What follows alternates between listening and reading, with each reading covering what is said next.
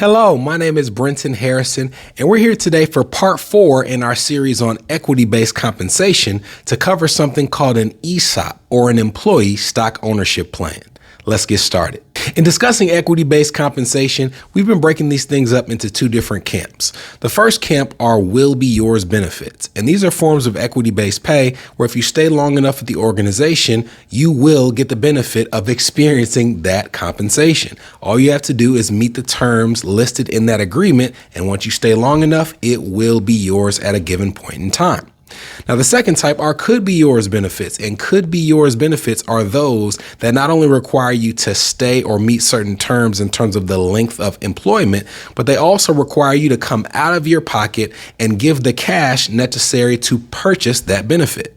The restricted stock units we covered in part 1 are a will be yours benefit. If you stay long enough to meet the terms of your vesting schedule, you will get the benefit of owning those RSUs. The stock options we covered in part 2 are a could be yours benefit. You have to not only stay long enough to be offered the options, but once you offer them, you have to come out of your pocket and make the decision to purchase those shares. In part 3, we covered ESPPs, or employee stock purchase plans, and these are another form of could be yours benefits. It gives you the opportunity as an employee to buy company stock at a discounted price, but if you do decide to purchase that stock, it will be yours, but you gotta make the purchase. Today's subject, employee stock ownership plans, are our first example of something that kind of splits the difference. So what is an ESOP? What is an employee stock ownership plan or program? Really, at its core, an ESOP is when an owner of an organization decides that they're going to sell that organization back to their employees, either all of it, a portion of it, but it's a really cool potential benefit where you enter into an agreement with your boss that will allow you to, at the end of it, be essentially a co-owner of your company. You have ESOP plans that operate as will be yours benefits. And in those plans, essentially by working at an organization for long enough, your employer allows you to, just by the fact that you stayed there long enough, gradually become an owner in that organization. By the length of time, it determines how many shares you're offered, the value of those shares, the percentage of ownership, what have you. But you also have ESOP plans who operate as a could be yours benefit. And that requires you to not only stay for a certain length of time, but also to come out of pocket to purchase the number of shares available to you as a long tenured employee. Now, the first step in establishing an employee stock ownership plan is to actually establish an ESOP trust. And that's really a separate account. And the separate account is going to be the funding mechanism to give the owner the amount of money that they need to satisfy their terms. Now, you have multiple types of employee stock ownership plans. You have a leveraged ESOP where a company would go and get enough money from a lender to place in the trust and then pay the owner what they want out of this transaction. And then you have a non-leveraged ESOP where rather than going to get a loan, the company just takes enough out of their own coffers to place into the trust and then pay the owner. Now, in terms of the value of that company and how much you're placing into the trust, it really depends on the transaction. In terms of the value, it's going to be determined by an independent appraiser. So an appraiser has to come in and determine what that company is worth on the open market or what it should be worth in terms of the value in this exchange.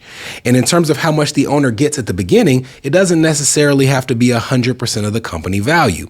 As an owner, I might say, give me a down payment, give me 30 or 40 or 50% of the company value at the initial transaction, and then I'll sell the rest over time and receive the rest of the proceeds over time as well.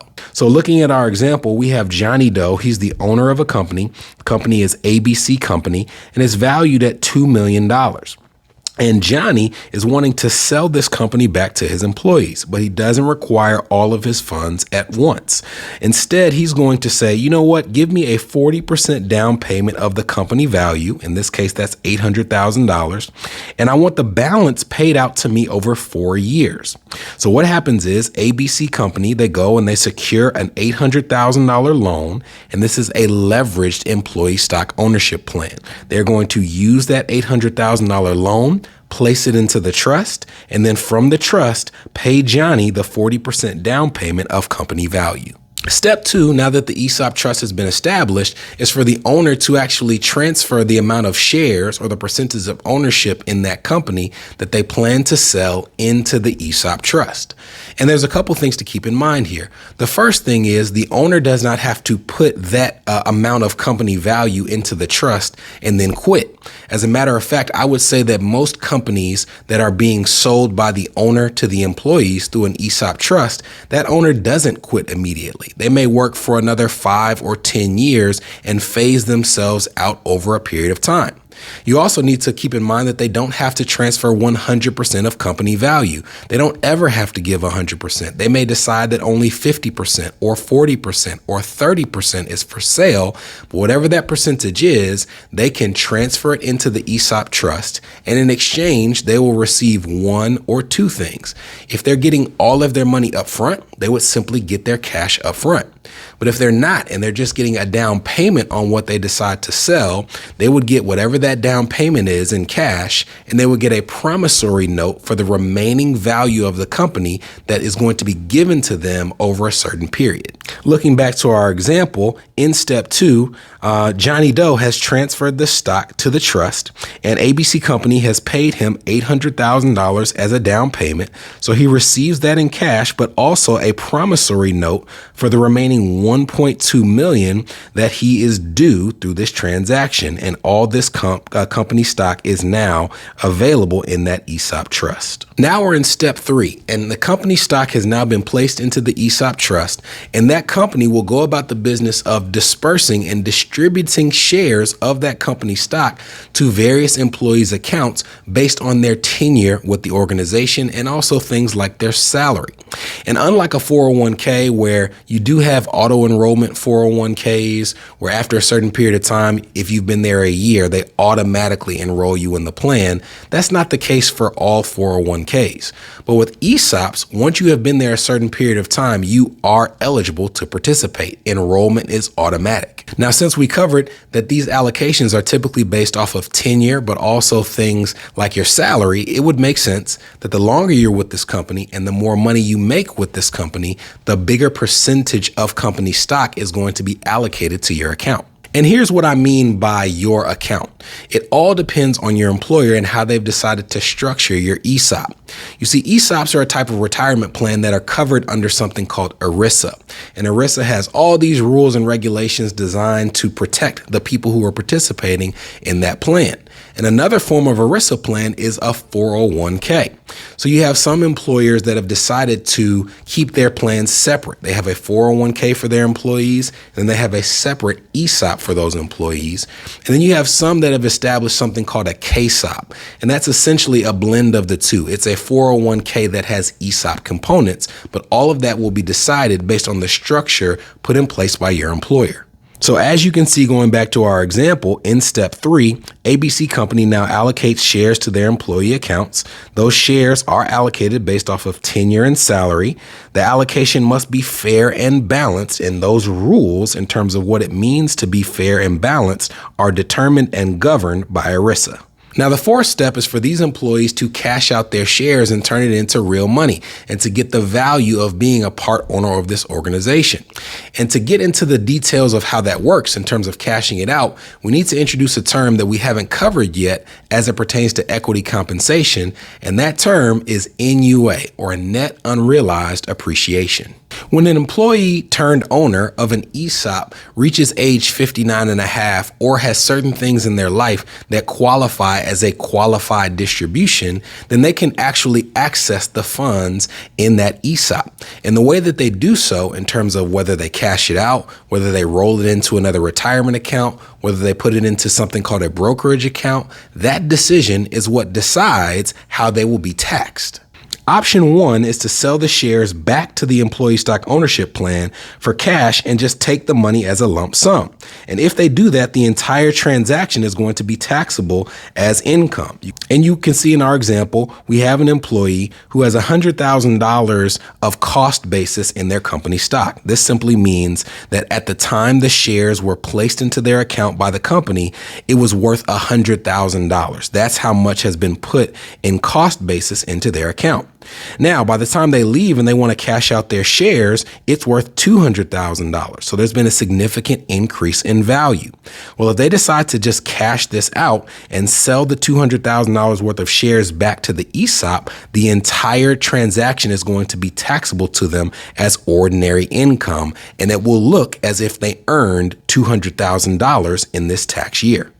Option 2 is to take advantage of the ESOP status as a qualified retirement plan under ERISA, and they can roll those shares into an individual retirement account or an IRA.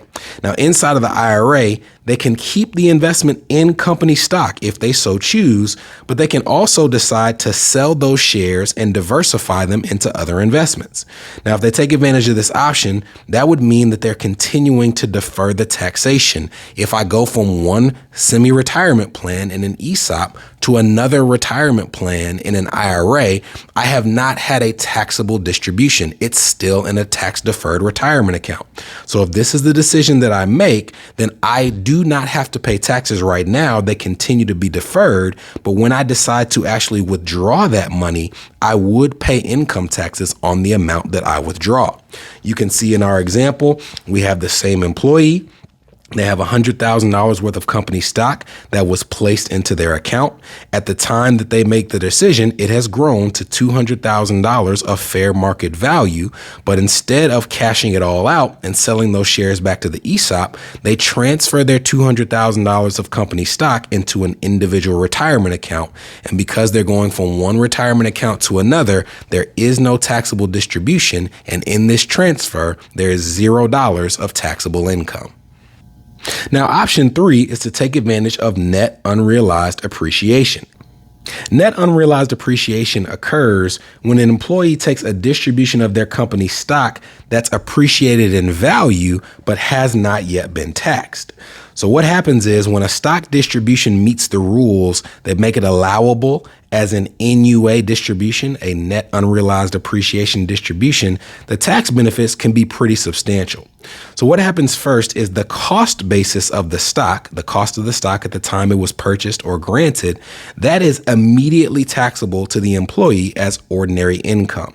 So essentially the amount of value that the stock had at the time it was placed into your account, if you have an NUA transaction, you're going to have to pay income taxes on that amount, the cost basis, immediately. Now, with an ESOP where the shares of the company stock, they're not typically paid for by the employee, this typically means you're paying taxes on the full value of those shares because you didn't, in most plans, have to buy them. They were typically granted to you. But the difference with this is any growth between that cost basis and the value of the shares at the time of distribution, which remember, as of this point, they haven't been distributed. The employee still holds the shares. Well, that growth will be taxed at long-term capital gains rate whenever they decide to sell them. So if there's been any further growth in that value by the time of the sale, that additional growth is taxed at either long-term or short-term gains, depending on the holding period. And this is going to make sense when we get to this second slide, but we're going to assume that we have an employee owner who has this $100,000 of company stock that has been contributed to their ESOP. And at the time they take the distribution, that entire $100,000 cost basis will be taxable to them as ordinary income. But remember, there has been some growth. It was worth $100,000 when they put it in. It was worth $200,000 when they transferred it to this brokerage account. And that means that there is an amount of value that has not been taxed. Now, let's assume that they then wait 6 months and then they sell those shares when they're worth $300,000 in value. So before we go to this next slide, let's recap this. $100,000 of stock was placed into their account. By the time they decided to transfer it out of the ESOP plan, it was worth $200,000. So they transfer it to the brokerage account. They immediately pay ordinary income tax on the cost basis of $100,000. But they do not pay any tax at this time on the growth from $100,000 to $200,000. And now we're going to assume that after 6 months, that stock is worth $300,000 when they decide to sell. Let's see what happens. We already covered that the first block of money, the difference between 0 and 100,000, was taxable at income. Ordinary income rates will be paid on that entire amount. Now, the difference between 100,000 to 200,000 is the net unrealized appreciation. And regardless of how long they hold this company stock, when they sell it, NUA is always taxed at long-term capital gains rates. So our example, they transfer the full 200,000 of value to a brokerage account, and at the sale, they're going to pay long-term capital gains rates on the difference between 100,000 and 200,000. But remember, they sold it for 300,000. So what happens to this third block of funds? Well, depending on the time that they hold it before making the final sale, this person will pay either short-term or long-term capital gains rates at sale. And we covered that short-term gains are those where you have a profit for a security or just an investment that you sold for gain and held for less than a year. And a long-term gain is one that you sold for a profit after owning it for at least a year and a day. In our example, this employee turned owner decided to sell their stock after taking that transaction to the brokerage account and waiting only 6 months. So they have not met the requirements for a long-term capital gain, which means in our example, the difference between 200,000 value at transfer and $300,000 value at sale would be taxable as a short-term capital gain. And if you go back to that video where we first introduced this, you'll remember that short-term capital gains rates are the same as ordinary income rates. Now, the potential to have this type of transaction and benefit from NUA treatment is great. I mean, it's something where if it works for you, there's a potentially good beneficial opportunity. But there are a number of things that you have to have in place in terms of requirements in order to qualify. The first rule is that when we talk about transferring that appreciated stock from the ESOP plan to the brokerage account, once you start that counter, that day on the calendar where you make that initial transaction, the entire account must be dispersed within that same tax year. Now, that doesn't mean that you have to do it all in one transaction. If I have an account that's an ESOP with $100,000 worth of company stock in it, I might decide to do that in $10,000 increments over a 10-month period of time. It doesn't have to be all at once. But by the end of that tax year in which I started making those disbursements, I have to make sure I zero out that account. The second requirement is that the company stock has to be transferred in kind, meaning you take it as is and you transfer it as is to the brokerage account. What I can't do is I can't have the company stock in my ESOP, sell it, get the cash, put the cash in my brokerage account, and then repurchase company stock. That's not an in-kind transfer. It has to be transferred in kind from the ESOP directly into the brokerage account. Third is you cannot transfer any portion of the stock for which you're looking for NUA treatment into another 401k or another IRA. We covered that option in option 2. If you decide to do that, you do continue to defer the taxes, so there's no tax contributions or distributions, but in order to have that exchange, you don't also get NUA treatment. You have to decide one or the other. Now, that doesn't mean that you have to make the same decision for 100% of the company stock. You might take 50% of the company stock and roll it into an IRA or a 401k and take that continuing deferment of taxes and take the other 50% and roll it into a brokerage account and seek NUA treatment with that portion. But whatever portion you're trying to get NUA treatment on, it cannot be rolled into an IRA or a 401k. And then lastly, the distribution has to be made after a qualified event. Remember that this is an ERISA retirement plan. It is similar to a 401k. So you have to have a qualifying event to avoid getting penalized for an early distribution of ESOP stock. So some of those qualifying events could be you turning age 59 and a half. It could be you experiencing a disability, or it could be you separating from service from your employer after a certain age. And now let's finish up with some frequently asked questions as it pertains to ESOPs.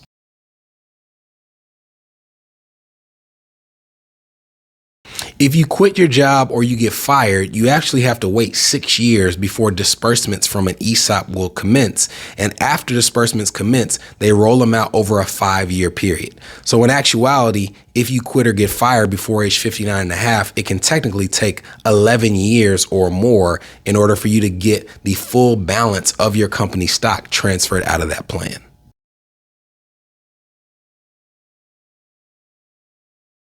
This can vary, but ESOPs typically carry a vesting period requirement of 3 to 4 years.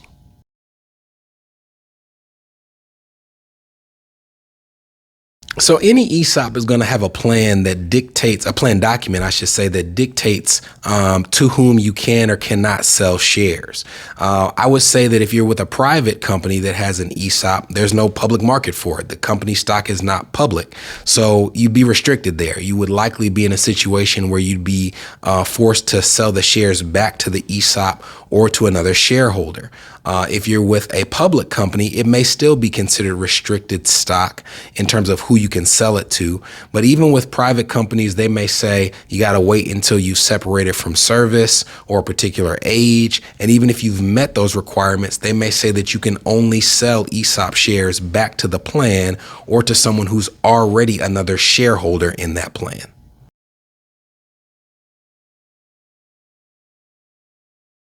Unfortunately, no. I would say the majority of ESOPs that I've come across do gift the employees the shares. Or I shouldn't say gift, but they allocate shares based off of tenure and salary. But you do have ESOPs out there who treat them like stock options, where you meet the vesting period requirement, but you still do have to make the decision to purchase those shares. And that's what I was referencing at the beginning, where an ESOP is kind of split down the middle. It is a type that could be available as a will be yours benefit, but there are ESOP plans that operate as could be yours types of equity compensation.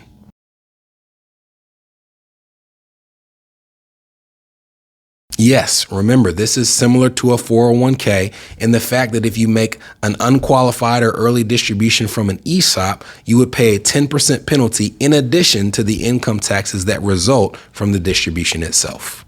Now, here's the bad news about an employee stock ownership plan.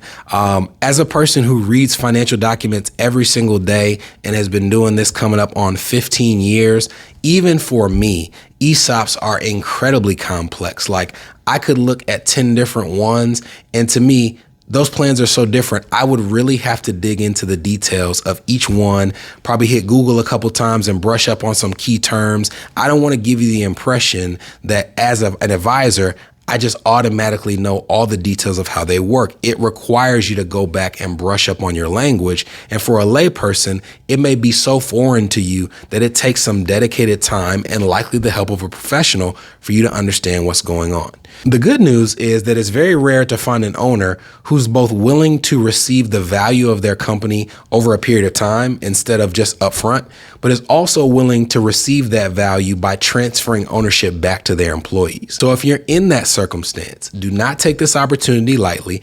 Assemble the team that you need to make sure that you're comfortable and are aware of what's going on, because having an ESOP at your disposal is a potentially life-altering wealth-building event. My name is Brenton Harrison. I hope this video was helpful. As always, if you have not subscribed to our channel, please subscribe and subscribe to the notifications so you know when new content is being posted, and we'll keep bringing it to you as frequently as we can. See you soon.